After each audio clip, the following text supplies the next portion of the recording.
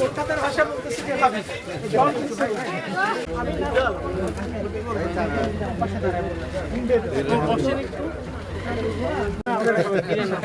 জমিরুদ্দিন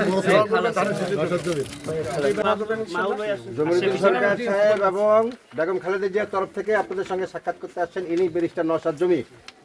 অবশ্যই ধারে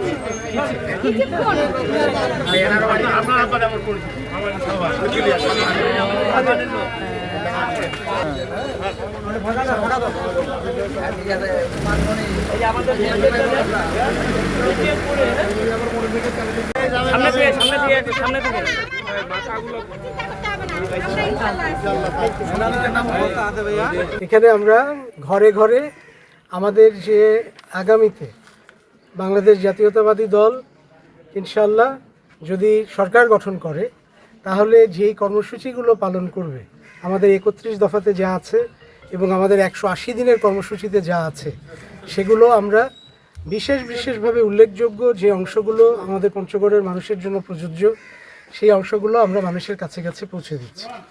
এই প্রত্যেকের কাছে আমাদের যাওয়ার কারণটা হচ্ছে আমাদের জাতীয়তাবাদী দলের যে কর্মসূচি সেই কর্মসূচিটার সঙ্গে মানুষকে পরিচিত করা, যাতে আগামীতে মানুষ যখন ভোট দিবে ইনশাআল্লাহ তখন যাতে ভোট দিতে মানুষ সিদ্ধান্ত নিতে সুবিধা হয় যে কোন কর্মসূচির পক্ষে কাদের পক্ষে তারা ভোট দেবে। পঞ্চগড়ের জন্য নির্বাচিত হলে কি করব এটা তো আমার একক কাজ না, এটা একটা রাষ্ট্র গঠনের যে আমাদের যে বিভিন্ন কর্মসূচি আছে সেই কর্মসূচির যেগুলো পঞ্চগড়ের জন্য সেই কর্মসূচির মধ্যে যেগুলো পঞ্চগড়ের জন্য প্রযোজ্য হবে সেগুলো তো সবগুলো থাকবেই। অতিরিক্ত হচ্ছে পঞ্চগড়ের আমাদের বিভিন্ন এলাকার বিভিন্ন রকম চাহিদা আছে।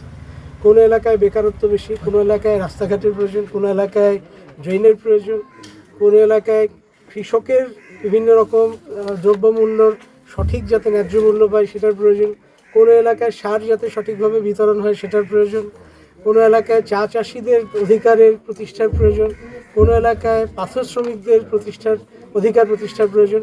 সেইভাবে আমরা এলাকা ভিত্তিক যে কাজগুলো করার যদি আল্লাহ সুবহানাহু ওয়া তাআলা আমাদেরকে সুযোগ দেন, যদি পঞ্চগড়ের মানুষ আমাদেরকে সুযোগ দেন ইনশাআল্লাহ সেই সবগুলো কাজই আমরা অবশ্যই করি। আমরা যেখানেই যাচ্ছি না কেন মানুষ আমাদেরকে সাদরে অভ্যর্থনা জানাচ্ছে। যে আগেও আমরা যখন আমাদের কর্মসূচিগুলো বিতরণ করেছি সেটাও তারা জানাচ্ছে যে আমরা কর্মসূচিগুলো আগেও পেয়েছি এবং আজকে আমরা আপনার সঙ্গেও দেখা হলো এবং আমরা ইনশাআল্লাহ ধানের শীষের পক্ষে থাকবো, এরকম একটা সাড়া আমরা পাচ্ছি।